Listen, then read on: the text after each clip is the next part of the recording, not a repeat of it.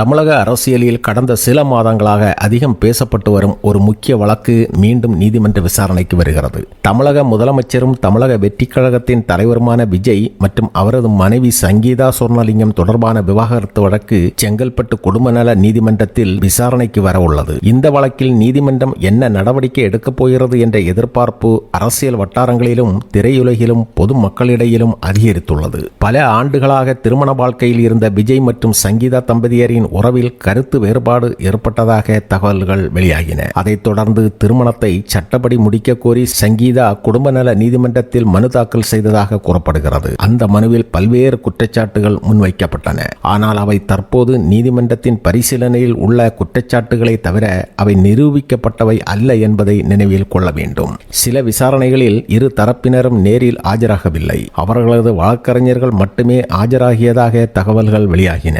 இதனால் வழக்கு பலமுறை ஒத்திவைக்கப்பட்டது. கடந்த ஜூன் மாதம் நடைபெற்ற விசாரணையிலும் இறுதி முடிவு எதுவும் எடுக்கப்படாமல் வழக்கு மாற்றி வைக்கப்பட்டது. விசாரணையில் இரு தரப்பினரும் ஆஜராகிறார்களா, வழக்கறிஞர்கள் மட்டும் ஆஜராவார்களா, மீண்டும் சமரச முயற்சி மேற்கொள்ளப்படுமா அல்லது வழக்கு அடுத்த கட்டத்திற்கு நகருமா என்பது அனைவரின் கவனத்தையும் ஈர்த்துள்ளது. ஆனால் இது பற்றி தற்போது எந்த அதிகாரப்பூர்வ முடிவும் வெளியாகவில்லை.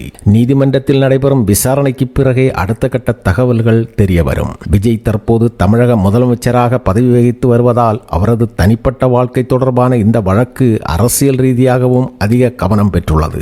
எதிர்க்கட்சிகள், ஆதரவாளர்கள், சமூக வலைத்தளங்கள் என பல தரப்பினரும் இந்த விவகாரம் குறித்து தொடர்ந்து விவாதங்கள் நடைபெற்று வருகின்றன. இது தற்போது நீதிமன்றத்தில் நிலுவையில் இருக்கும் வழக்கு.